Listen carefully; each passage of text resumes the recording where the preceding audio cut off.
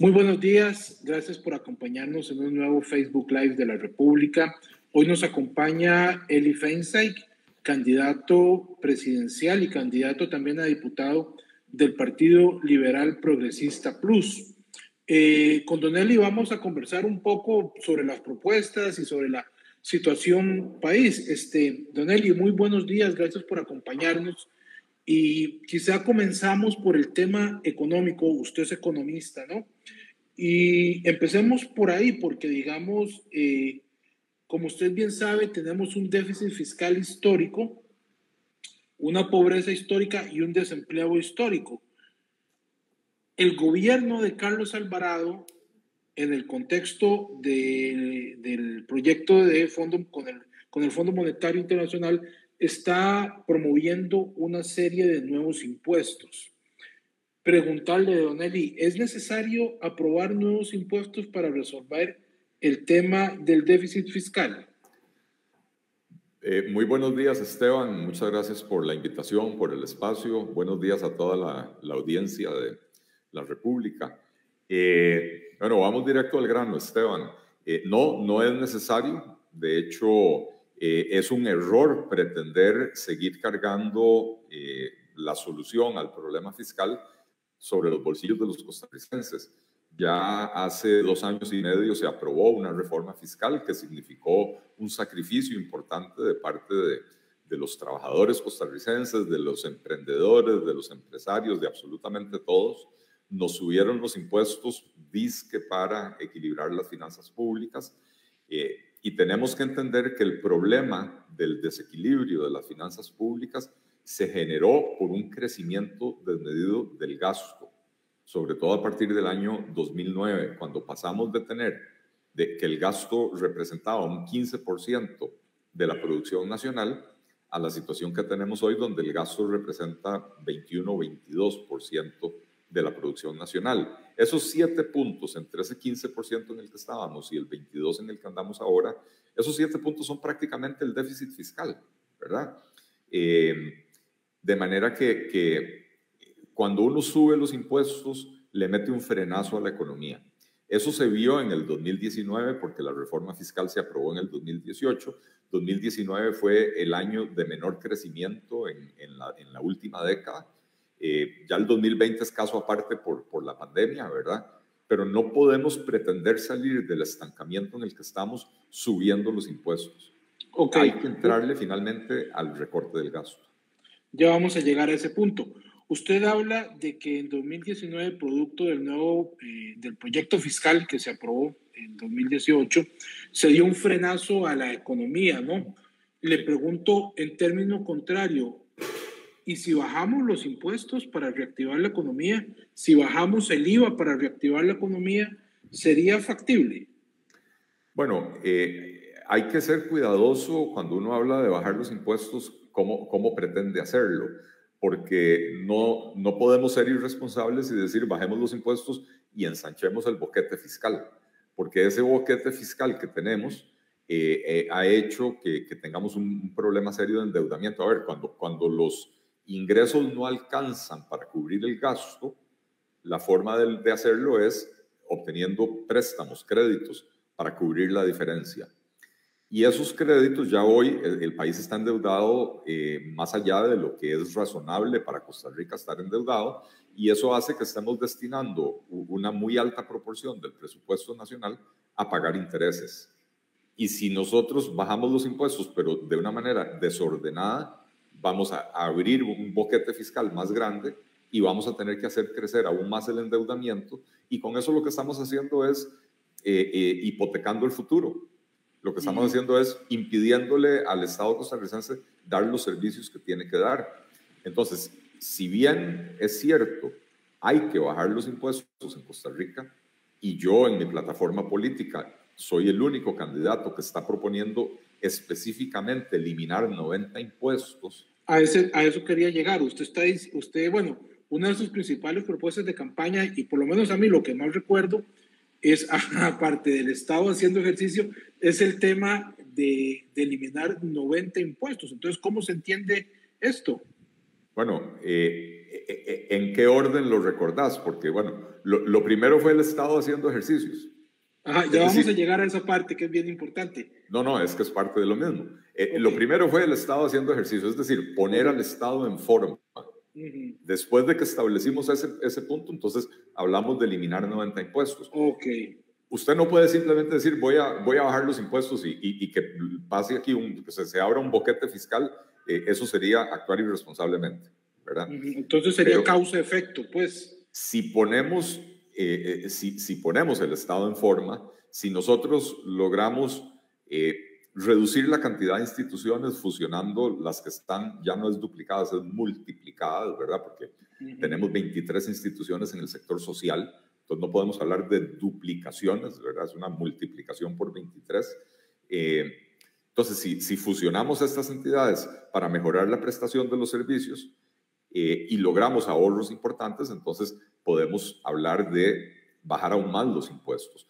Los 90 impuestos que nosotros estamos proponiendo eliminar son impuestos que encarecen los procesos productivos, son impuestos que encarecen la vida de los costarricenses y son impuestos que prácticamente no le dejan nada al gobierno de Costa Rica. En Costa Rica hay 110 impuestos, Esteban, pero 5 de ellos son responsables de 9 de cada 10 colones que se recaudan. Ojo lo que estoy diciendo, 5 impuestos son responsables de 9 de cada 10 colones que se recaudan. Los otros 105 impuestos, en su enorme mayoría, recaudan menos de lo que cuesta el esfuerzo de recaudarlos. Y si usted los elimina, más bien mejora la posición fiscal del gobierno. Pero también mejora, alivia la situación de los consumidores, de los trabajadores, de los emprendedores, de los empresarios del país. Interesante. Usted habla de fusionar instituciones y, bueno, yo he escuchado parte de sus propuestas. Usted habla de superministerios en algunos casos, pero ¿consideraría cerrar instituciones públicas que ya cumplieron su ciclo? Sí, o sea, a ver, las instituciones no son un fin en sí mismo. Las instituciones nacen para llenar una necesidad, para satisfacer una necesidad, y cuando esa necesidad ha sido satisfecha o cuando las condiciones han cambiado y ya no es necesaria esa entidad, las entidades deberían desaparecer porque son dineros públicos los que se usan ahí, son dineros de todos los costarricenses que el gobierno le saca a los costarricenses del bolsillo, lo cual quiere decir que el costarricense no tiene libertad de decidir cómo gastar ese dinero y es absolutamente injusto que le saquen ese dinero para gastarlo en una entidad que no hace lo que debería de hacer. Y el ejemplo clásico es Recope, la refinadora costarricense de petróleo que tiene 12 años de no refinar. Y entonces lo único que está haciendo es metiéndole sobrecostos a la gasolina y al diésel, ¿verdad? Y cuando le mete sobrecostos a la gasolina y el diésel, usted que tiene carro termina pagando el combustible más caro, pero usted que anda en bus o usted que anda en taxi también termina pagando los pases o la tarifa del taxi más caros porque los combustibles ahora están más caros, ¿verdad? Entonces, una institución como Recope hay que cerrarla. Pero la reforma más importante, Esteban, está en las fusiones de ministerios e instituciones autónomas que se duplican o se multiplican entre ellas, que hacen lo mismo y que tienen las mismas finalidades, porque si usted las logra fusionar, ya no es solo un asunto del ahorro, es un asunto de que usted podría conducir de mejor manera la política pública. Vea la tragedia que tenemos en materia de pobreza. Hoy tenemos más de 1,5 millones de costarricenses viviendo en condiciones de pobreza. Según el dato del año pasado, porque todavía no conocemos el de este año, según el dato del año pasado, era como un 31% de las personas viviendo en condiciones de pobreza. Quitando el efecto de la pandemia, estábamos por encima del 20%. Es decir, 1 de cada 5 costarricenses vive en condición de pobreza, Esteban, desde hace 25 años. Tenemos 25 años de no poder disminuir la pobreza, pero tenemos 23 instituciones que administran 44 programas diseñados para atacar la pobreza. Y entonces, ¿cómo se explica que pasan 25 años sin lograr reducir la pobreza? Y además, ¿cómo se explica que si tenemos 25 años sin poder reducir la pobreza y tenemos esa gran cantidad de instituciones, ¿por qué no hacemos alguna reforma para lograr atacar la pobreza? Bueno, esa reforma la estamos proponiendo nosotros en el Partido Liberal Progresista. Y esa reforma es fusionar esas entidades en un Ministerio de Desarrollo Social, donde no es necesario tener 23 ministros y presidentes ejecutivos, no es necesario tener 23 departamentos legales, no es necesario tener 23 departamentos de recursos humanos, 23 proveedurías, etc. Para combatir la pobreza no se necesita eso. Entonces, si las fusionamos, vamos a tener un ministro o ministra con varios viceministros, vamos a tener un departamento legal, un departamento de recursos humanos, una proveeduría institucional, y entonces podemos generar un ahorro significativo, ya sea para que más dinero le llegue a la gente pobre o para generar un ahorro que nos permita bajar los impuestos. Correcto. ¿Verdad? Y ahí es donde vemos cómo todo está amarrado. Claro, esto implicaría el cierre de todas las instituciones y dejarlo todo en un superministerio. No, no es el cierre de las instituciones. Es la fusión. Porque no se va a eliminar ningún programa. Lo que se va a hacer es quitarle la grasa burocrática, dejando todo, sí, en un ministerio importante, un ministerio poderoso, que coordine toda la política social del país. Porque, ¿qué pasa hoy? Como hay 44 programas administrados por 23 diferentes instituciones, entonces resulta que hay familias que reciben 7, 8 ayudas simultáneamente y no se comunican entre ellas las instituciones. Y entonces podría ser que esa familia que recibe 7, 8 ayudas, en realidad solo necesita 2. Por ejemplo, necesita un bono de vivienda y necesita una beca para los niños. Pero como hay esa dispersión, termina recibiendo varias ayudas. Eso es lo que se llaman filtraciones. Es cuando se le termina dando a la gente, gente que no necesita la ayuda y la recibe, o gente que necesita la ayuda pero recibe más ayuda de la que realmente necesita, y entonces quedan menos recursos para la gente que necesita las ayudas, ¿verdad? Correcto. Entonces es crear un superministerio que tenga que llevar a cabo todos estos programas sociales. Es crear un ministerio que haga lo que tiene que hacer con el poder suficiente para supervisar todos esos programas sociales. No hace falta ponerle títulos rimbombantes espectaculares, ¿verdad? Es crear un ministerio como debe de ser, que coordine la política social. De la misma manera que proponemos crear un ministerio de Economía, donde se va a fusionar el de Hacienda, el de Planificación Económica y la parte de Economía del MEIC, ¿verdad? Porque no es necesario tener 3 ministerios económicos. Lo que pasa cuando tenemos 3 ministerios económicos es que el gobierno se ve en la obligación de nombrar un coordinador del equipo económico y después nadie le hace caso a ese coordinador o coordinadora. Nadie se acuerda quién es el coordinador del equipo económico. Entonces, usted se evita los problemas de coordinación cuando usted tiene un ministerio que se encarga de la política económica, un ministerio que se encarga de la política social. Entonces, la coordinación es mucho más fácil entre el ministro de Economía o la ministra de Economía y el ministro o ministra de Desarrollo Social. Es mucho más fácil coordinar entre 2 personas que entre 23 jerarcas de este lado y 3 jerarcas del otro lado, más los del sector productivo, ¿verdad? Entonces, se facilita la coordinación. Correcto. ¿Qué hacer con el Consejo Nacional de la Producción, don Eli? Usted ha sido muy crítico de esta institución pública. Sí, es una de esas instituciones, perdón, Esteban. Es una de esas instituciones que ya no cumplen el cometido para el cual fueron creadas, que ya dejaron de tener una razón de existir. De hecho, a lo largo de los años, los gobiernos le han ido agregando funciones simplemente para mantener la institución existiendo. El Consejo Nacional de la Producción se supone que era para ayudarle a los pequeños agricultores del país, comprándoles la cosecha a un mejor precio de lo que tal vez lo podrían vender en cadenas de supermercados. Pero resulta que la Contraloría ha revelado, y lo viene diciendo desde hace 4 o 5 años, esto no es algo nuevo.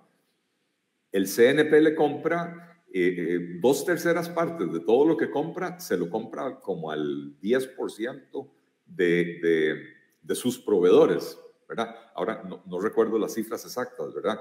Pero si el CNP tiene 500 proveedores, le compra 2/3 partes de todo a 50 de sus proveedores, ¿verdad?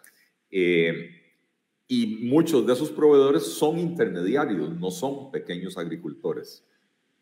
Y entonces uno dice, ¿y el cometido que era ayudar al pequeño agricultor, en qué se quedó? Pero le compran el frijol, por ejemplo. Se lo compran a precio de mercado. Al pequeño agricultor se lo compran a precio de mercado. No le están dando un mejor precio. A las instituciones obligadas a comprarle al CNP, se lo venden al doble del precio que le pagan al agricultor. Y ese precio que le cobran a la institución es más caro que lo que la institución podría pagar en un supermercado. Entonces, ¿para qué existe el CNP? Encarece el producto y entrega producto de mala calidad, producto agrícola descompuesto, pasado, magullado, podrido. Y entonces a los niños en los comedores estudiantiles les estamos limitando sus posibilidades nutricionales. Primero, porque los comedores tienen que pagar un precio más alto del que podrían pagar en un supermercado o en una pulpería. Y al pagar ese precio más alto les alcanza para comprar menos comida. Y segundo, cuando les llega la comida, llega en mal estado. Y entonces, si usted pretendía darles un trozo de carne y una ensaladita y arroz, por ejemplo, y la lechuga llegó podrida, entonces esos chiquitos solo van a comer carne y arroz, con lo cual no tienen una dieta balanceada. Entonces, el CNP no tiene ya razón de existir y hay que cerrarlo. Ahora, ya que hablamos de instituciones que han mostrado alguna seria deficiencia, ¿qué hacer con CONAVI, don Eli? El tema del caso Cochinilla reveló una serie de situaciones preocupantes en esa institución. ¿Cree usted que es necesario cerrar esa institución a raíz de lo que sucedió este año? Bueno, yo creo que no hay que hacerlo a raíz de lo que sucedió este año. Lo que sucedió este año es tal vez el último clavo en ese ataúd. El CONAVI no funciona desde hace mucho tiempo. Y lo de la corrupción es lamentablemente la cereza en el pastel, ¿verdad? Este experimento de los consejos que se crearon, de hecho, cuando se creó el CONAVI, la intención era otra, y la intención era que el CONAVI se encargara del mantenimiento vial, pero en la Asamblea Legislativa los diputados decidieron también darle la responsabilidad de construir carretera, ¿verdad? Y entonces dejaron al MOP con una planilla que hoy anda por 29.000 millones de colones al año, pero el MOP con esa planilla solo invierte alrededor de 6.000 a 6.500 millones de colones en construcción de nuevas vías y mantenimiento. Entonces, se le trasladó la responsabilidad al CONAVI. El CONAVI lo que hizo fue crear una administración paralela, ¿verdad? Un director ejecutivo, una junta directiva, un departamento legal, un departamento de recursos humanos, una proveeduría institucional. Se multiplica la burocracia, pero no se resuelven los problemas. Entonces, el CONAVI y todos los consejos del MOP, excluyendo tal vez el de aviación civil, que tiene una naturaleza completamente diferente, pero el CONAVI, el COSEBI, el Consejo de Transporte Público, hay que fusionarlos, devolverlos al MOP, gestionar los recursos de la construcción y mantenimiento de obra de una forma diferente. El tema de la corrupción no se va a resolver con eso. El tema de la corrupción se resuelve cambiando las reglas del juego. Por ejemplo, sometiendo los concursos de licitación de obra pública a las reglas de la competencia, que la Comisión de Promoción de la Competencia pueda intervenir y decir, ese cartel está diseñado para que lo gane una empresa específica y entonces tiene que cambiar ese cartel.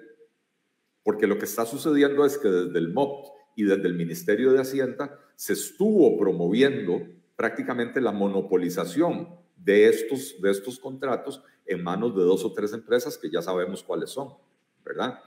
Entonces esa regla hay que cambiarla. La regla que le permite al Estado ampliar un contrato hasta en un 50% una vez que ya lo tiene firmado, es como que usted y yo firmemos un contrato de alquiler. Yo le voy a dar a usted un apartamento, usted me va a pagar 400,000 colones al mes, y que yo tenga la posibilidad a medio contrato de decirle, mire, don Esteban, no van a ser 400, van a ser 600,000. Le aumento el contrato en un 50%. Eso lo puede hacer el Estado costarricense. Y entonces las empresas vienen y concursan para ganar una obra, y ellos saben que esa obra cuesta 100 millones de colones, pero la ofrecen en 80.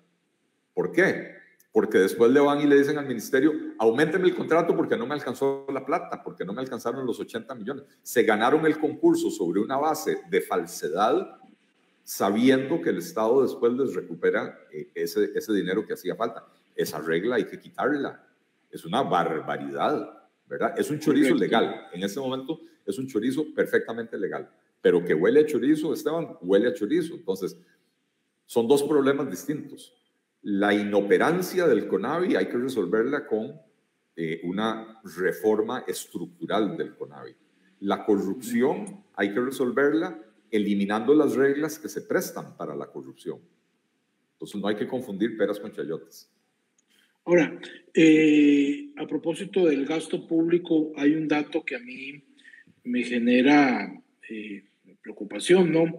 Y es un dato que daba la OCDE el año pasado, que señalaba que el 50% de lo que se recauda en el país vía impuestos se utiliza para pagar salarios públicos. Y que eso hace que Costa Rica sea el país de la OCDE que más invierte en términos porcentuales para sostener su aparato estatal. Claramente esto hay que bajarlo de alguna manera, pero ¿cómo hacerlo? Bueno, la ley de empleo público en ese sentido es vital, porque la Sala Cuarta ha dicho reiteradamente, usted no puede bajarle el salario a las personas, es un derecho adquirido. Lo que sí puede hacer es ponerle límites al crecimiento. Por ejemplo, el que está en vigencia ahora, que por la regla fiscal, que dice que cuando la deuda pública supera el 50% del PIB, no pueden crecer los salarios base. Y entonces usted ve que en el presupuesto para el próximo año, más bien el rubro de remuneraciones en salarios base decrece muy poquito, pero decrece por primera vez después de muchos años que venía creciendo. Del 2009 al 2018, el rubro ese de remuneraciones crecía a un promedio del 7% anual. Y ya después, bueno, se vino la pandemia y todo lo demás. Para el próximo año, el rubro de remuneraciones más bien va a disminuir como en un 0,1%, o sea, muy poquito. Pero la regla fiscal está funcionando en ese sentido, ¿verdad? Y por eso es tan importante que se apruebe la ley de empleo público, porque es para terminar de poner orden en esta materia de las remuneraciones. Correcto. Hablando del tema del gasto, hay un tema que es el tema del tren eléctrico interurbano. Y si lo menciono es porque el gobierno de Carlos Alvarado ya lo declaró de interés nacional y su objetivo es, según él, dejarlo concesionado antes de dejar el puesto. Estamos hablando de un proyecto de 1.550 millones de dólares cuando las finanzas del país no pasan por un buen momento. ¿Está a favor usted de un proyecto de tren eléctrico? ¿Está a favor de un proyecto de 1.550 millones de dólares? Creo que la pregunta es otra, Esteban. La pregunta no es si estoy a favor de un proyecto de tren eléctrico, es si estoy a favor de este proyecto de tren eléctrico. Yo fui viceministro de Transportes y tengo absoluta claridad de que la columna vertebral de un buen sistema de transporte público tiene que ser un tren de pasajeros. En el formato que al final se decida, tranvía, subterráneo, metro, tren, como se quiera. Esa debería de ser la columna vertebral del sistema de transporte público, porque nos permite sacar carros de la calle, nos permite sacar buses de la calle, nos permite reducir la congestión vehicular y nos permite reducir la contaminación del aire. Lo que pasa es que si usted va a diseñar un tren, tiene que hacerlo pensando en dónde están los grandes centros poblacionales, desde donde entran centenares de autobuses todos los días al casco central de la ciudad. Desamparados, Alajuelita, Atillo, Tibás, Goicoechea. ¿Y acaso este proyecto de tren de Carlos Alvarado cubre alguna de esas poblaciones? No, porque es un proyecto hecho a la carrera por un capricho, no pensando en cuál es el mejor diseño para el proyecto de tren, sino pensando en cómo hacer para sacar algo que salga en este gobierno para poder ir a tomarse la foto de la inauguración, para que en la foto de la inauguración aparezca don Carlos y doña Claudia y que los costarricenses recuerden per secula seculorum que ellos fueron los papás de esta criatura. Pero este tren se está promoviendo sobre el trazado original del tren que se construyó en Costa Rica hace 150 años. El tren data de la década de 1870. Ojo lo que estoy diciendo, 1870. Y en esa época se construyeron los trenes, el del Atlántico y el del Pacífico, pensando en cómo hacer para sacar producto del Valle Central hacia los puertos para poder exportar. Y cómo traer el producto que entraba por los puertos para el consumo de los costarricenses, cómo traerlo de los puertos al Valle Central. Ese trazado no es el trazado de un tren de pasajeros, es el trazado de un tren de carga. Y entonces cuando se insiste en usar el derecho de vía del tren existente para hacer un tren de pasajeros, se comete el grave error de que no conecta a los grandes centros de población. No evita que los centenares de buses de desamparados de Atillo, de Alajuelita, de Tibás, de Goicoechea, entren todos los días al centro de San Juan. Entonces, yo sí estoy de acuerdo con que debería de haber un tren, pero ese tren debería ser parte integral de un rediseño del transporte público y no un parche caprichoso de un gobierno que no sabe hacer las cosas bien. Y entonces estoy absolutamente opuesto a este proyecto de tren, lo cual no quiere decir que un proyecto bien presentado no deba de ser considerado. El tema de la inversión inicial, Esteban, no me preocupa, porque esto se tiene que hacer mediante una alianza público-privada, donde el capital tiene que venir del sector privado. Lo que sí me preocupa de este proyecto de don Carlos y doña Claudia es el subsidio que todos los años tendría que darle el Estado costarricense al operador del tren para que sea rentable, porque estamos hablando de 100, 150 millones de dólares al año. Y ahí sí preguntémonos, ¿de dónde sale esa plata? Un país que tiene un déficit del 7-8% del PIB. ¿De dónde vamos a sacar todos los años 100 o 150 millones de dólares para hacer que el servicio sea rentable? Ahí sí que eso sí me preocupa. Hay quienes dicen que Costa Rica tiene una gran riqueza petrolera y de gas. Y eventualmente de ahí podría venir los recursos para financiar un tren eléctrico. Pero le pregunto, don Eli, ¿usted cree en la posibilidad de que Costa Rica explote esos recursos naturales si es que existen? Ahí hay varias consideraciones que hacer, Esteban. La primera es, Costa Rica tiene un sello verde, tiene una reputación internacional que se la ha ganado promoviendo la conservación de recursos naturales, el respeto al medio ambiente, lo cual nos ha valido convertirnos en un destino turístico de ecoturismo, de turismo de aventura, de turismo de naturaleza, y nos ha permitido convertirnos en líderes mundiales.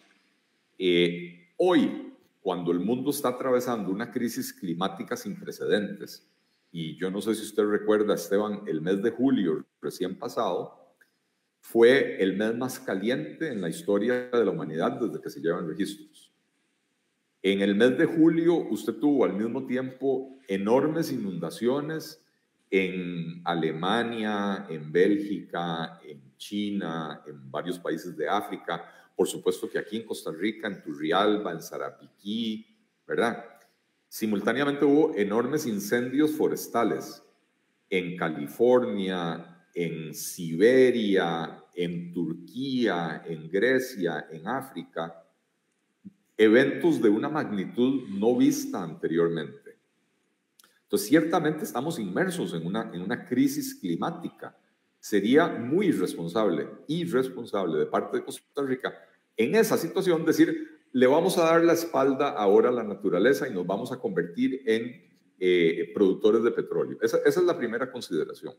La segunda consideración, Esteban, que es más práctica, es, estamos en Costa Rica. Llevamos 35 años tratando de hacer una carretera de 30 kilómetros entre San Ramón y San Carlos.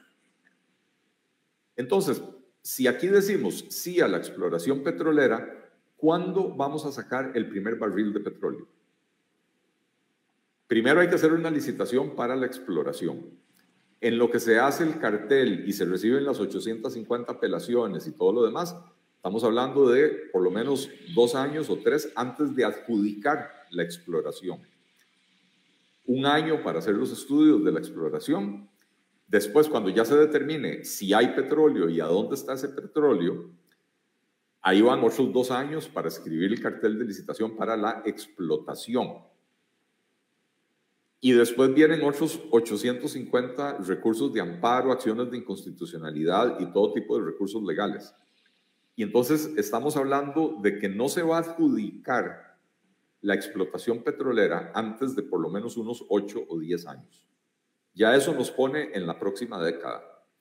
Y resulta que Europa, Japón y otros países avanzados ya han establecido fechas entre 2030 y 2040 para prohibir los vehículos de combustión.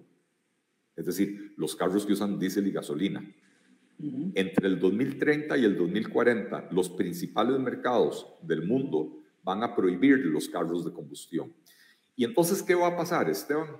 El mundo tiene ya una capacidad instalada de extracción de petróleo. Y la demanda de petróleo se va a caer al suelo.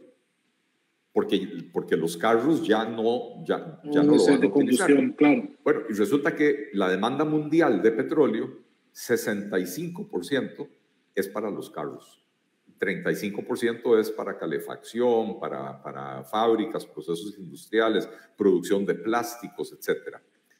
Entonces, se va a caer la demanda y la oferta va a seguir existiendo porque ya esos pozos petrolíferos existen. Entonces, para cuando Costa Rica saque su primer pozo de petróleo, el precio del petróleo se va a ver desplomado. Eso ya no va a tener sentido, entonces. No es que ya no va a tener sentido, no tiene sentido hoy empezar eso, sabiendo que esto es lo que va a pasar. De hecho, hay algo muy interesante. La Asociación Internacional de la Energía, que es un organismo que siempre ha defendido los intereses de las empresas petroleras, recientemente emitió un pronunciamiento diciendo que ya no tiene sentido invertir más en extracción de petróleo, precisamente por esto que yo le estoy diciendo. ¿Debe Costa Rica, don Eli, sumarse a estas metas globales que se anuncian en Estados Unidos, en Europa, para prohibir los carros de combustión de gasolina en unos años? ¿Debemos establecer una fecha límite nosotros? Yo creo que en ese tema nosotros somos seguidores y no líderes. ¿Por qué lo digo? Porque Costa Rica no produce carros. No produce carros de gasolina y no produce carros eléctricos. Y la posibilidad de Costa Rica de reemplazar su flota vehicular va a depender de la disponibilidad de esos carros en el mercado. Pero también va a depender de que esos carros eléctricos o esos carros de energías limpias bajen de precio hasta volverlos asequibles. Hace 25 años, tener una computadora era solo para millonarios. Hoy, medio mundo tiene una computadora. los precios de las computadoras han venido disminuyendo significativamente. Conforme la tecnología se desarrolla y se masifica, los precios caen. Lo mismo va a pasar eventualmente con los carros limpios, los carros de energías limpias. Eventualmente se van a masificar y los precios van a caer. Pero vea el fracaso que tuvo Costa Rica, está teniendo en este momento. Hace 4 años aprobamos la ley de incentivos para los vehículos eléctricos. Una ley diseñada con el trasero, Esteban, porque esa ley no se diseñó con la cabeza. Yo escribí un artículo antes de que se aprobara esa ley advirtiendo que esa ley iba a fracasar, porque el costo promedio de un carro eléctrico es aproximadamente el doble que el costo de un carro de gasolina, un carro comparable pero de gasolina. Y en un país de ingresos medios como es Costa Rica, la gente no puede darse el lujo de ir a comprar un carro del tamaño de un Yaris al precio de un Prius, ¿verdad? Costa Rica, el costarricense promedio no puede decir que aquí hay un carro que vale 12 millones de colones y aquí hay otro carro que vale 24 millones de colones y son exactamente del mismo tamaño, ¿verdad? Y entonces la gente no va a escoger el de 24 millones de colones. La ley que tenemos hoy en Costa Rica tenía como objetivo sustituir 100,000 vehículos de combustión por vehículos eléctricos en 5 años. Llevamos 4 años. ¿Usted sabe, Esteban, cuántos carros se han sustituido en estos 4 años? En realidad no. Menos de 1,500. La meta era 100,000. Se han sustituido menos de 1,500. La ley es un fracaso rotundo. Entonces, sí, Costa Rica va a llegar el día donde ya no haya carros de combustión, pero será cuando estos carros en el mercado mundial se hayan masificado lo suficiente para que los precios disminuyan. Yo sí creo que Costa Rica debe establecerse una meta, ¿verdad?, de llegar a cierta fecha, porque la meta lo que nos permite es ir haciendo una transición. Costa Rica tiene un problema serio de contaminación del aire, y entonces en la medida que nosotros vayamos haciendo una transición cada vez hacia tecnologías más limpias, vamos a mejorar la salud de los niños, vamos a disminuir la incidencia del asma, vamos a mejorar otro montón de cosas, ¿verdad? Entonces sí tenemos que trazarnos una meta, pero no podemos asumir una posición absoluta como la que quiso asumir este gobierno de decir solo los carros eléctricos recargables, y entonces no le dieron el incentivo, por ejemplo, a los híbridos. A los híbridos, sí. O a los de hidrógeno, ¿verdad? Y el gobierno no tiene por qué escoger una tecnología sobre la otra. Es el mercado el que va a determinar cuál tecnología es la que va a prevalecer. Concesionar las líneas de buses por 15 años con el objetivo de que los empresarios inviertan en buses eléctricos. ¿Es una buena idea?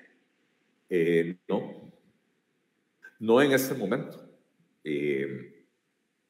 No en este momento porque la vida útil de una batería de un autobús no son 15 años, es bastante menos que eso, ¿verdad?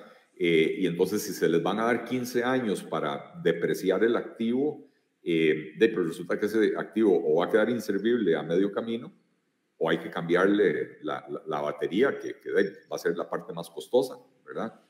Entonces creo que la tecnología no está lista en este momento. Okay. Lo que el país debería hacer es establecer estándares de emisiones y decir, solo vamos a permitir autobuses que contaminen menos de este estándar que voy a establecer. Sí. En materia de infraestructura, hay quienes quieren que el ICE asuma un papel constructor. 1, ¿cree usted en esa propuesta? 2, ¿se podrían utilizar las pensiones complementarias para desarrollar infraestructura al considerar que el Estado no tiene recursos para eso? 1, ICE constructor, un rotundo no. El ICE haciendo lo que sabe hacer, que son plantas de generación de electricidad, se planteó hacer una represa hidroeléctrica en Reventazón a un costo de $750 millones. Y para cuando la terminó había costado $1,578 millones. No solo eso, cuando la pusieron en funcionamiento, las paredes digamos, el muro de contención de la represa se habían rajado y estaban perdiendo agua y tuvieron que invertir otras varias decenas de millones de dólares para reparar la fuga. Entonces, a esa empresa que haciendo lo que supuestamente sabe hacer le sale mal y le sale al doble del costo, no le podemos encargar hacer lo que no sabe hacer, que son carreteras, por ejemplo. Entonces, sería un gravísimo error.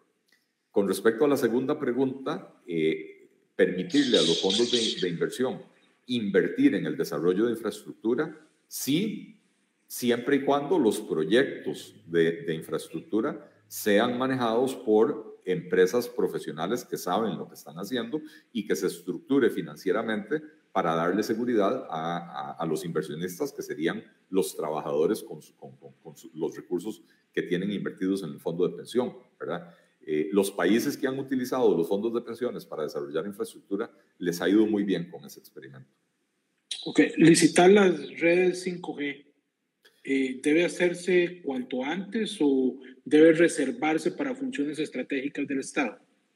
No, la función estratégica del Estado es promover el desarrollo del país y la forma de hacerlo es permitiendo el desarrollo de las tecnologías para que el sector privado pueda crecer y crear oportunidades para todo el mundo. El 8 de mayo del 2022 recuperamos las frecuencias 5G que en este momento tiene secuestrado el ICE, que no las usa y no las devuelve, o sea que ni presta el hacha ni pica la leña, ¿verdad?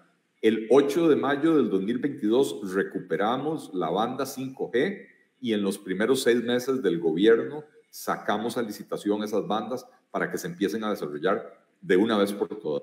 Cada año que no desarrollamos la banda 5G, estamos perdiendo como país varios cientos de millones de dólares en oportunidades perdidas de negocios que no se pueden desarrollar porque no tenemos la banda 5G desarrollada.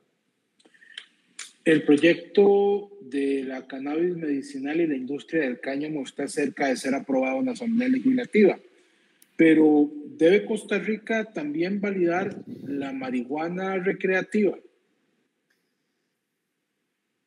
Yo creo que en ese tema hay que ir dando pasos, ¿verdad? El tema del cannabis medicinal y el cáñamo industrial no tiene ningún sentido seguir prohibiéndolo, seguir atrasándolo. Me preocupa un poco que el proyecto de ley es un poco excesivamente regulacionista, ¿verdad? Yo sí creo que tiene que estar reglamentado claramente, que haya reglas de juego claras para que las empresas puedan desarrollar estos negocios, pero el enfoque tan estatista no va a ser beneficioso para el desarrollo de esa industria. Entonces, superemos primero eso y después hablamos de lo demás. Ok, en cuanto al aborto libre, hay quienes dicen que el aborto terapéutico no es suficiente, que hay todavía zonas ahí no reguladas y que por tanto presionan o buscan que el aborto sea libre y gratuito y garantizado por la caja. ¿Está usted a favor de una propuesta de este tipo? Hay quienes quieren desviar la atención del desastre que está viviendo Costa Rica producto de 2 gobiernos seguidos del PAC, y tendría que decir producto de 4 gobiernos socialdemócratas seguidos, los 2 de Liberación y los 2 del PAC, que han dejado a este país en la ruina económica y con una seria y profunda crisis social.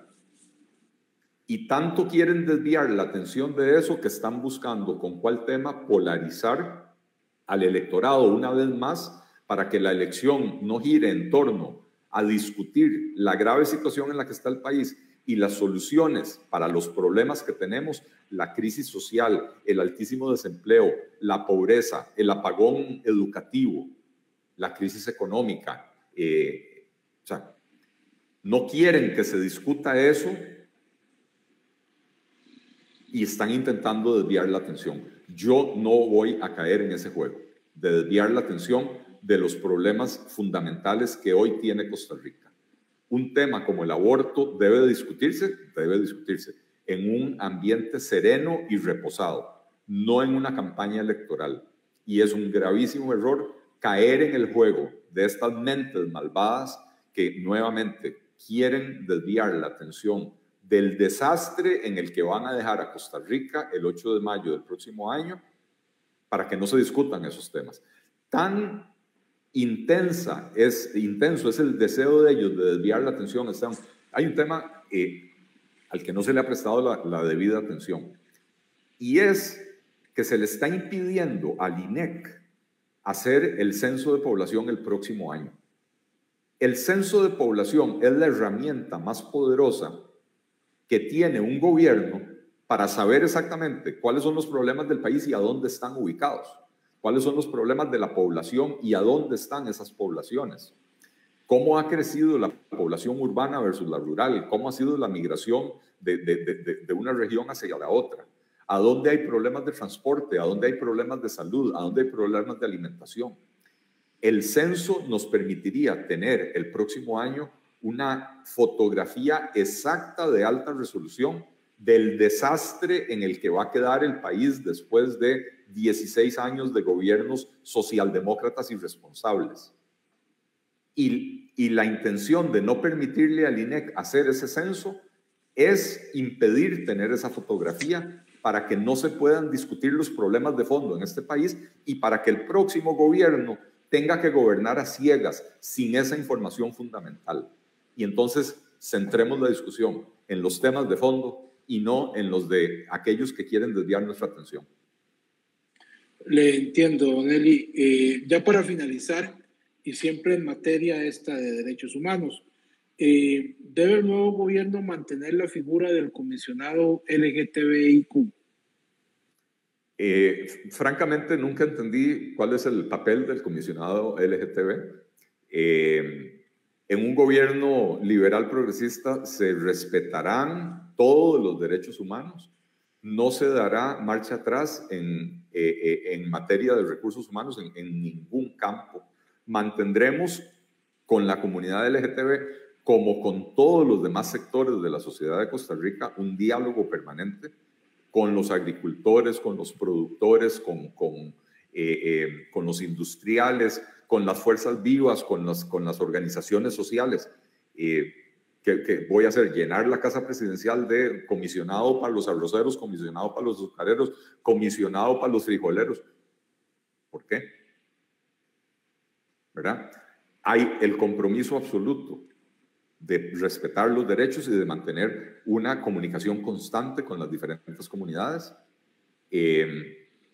pero no hace sentido seguir creando burocracia que ni siquiera se entiende para qué funciona. ¿Cuáles han sido los resultados del comisionado LGTB?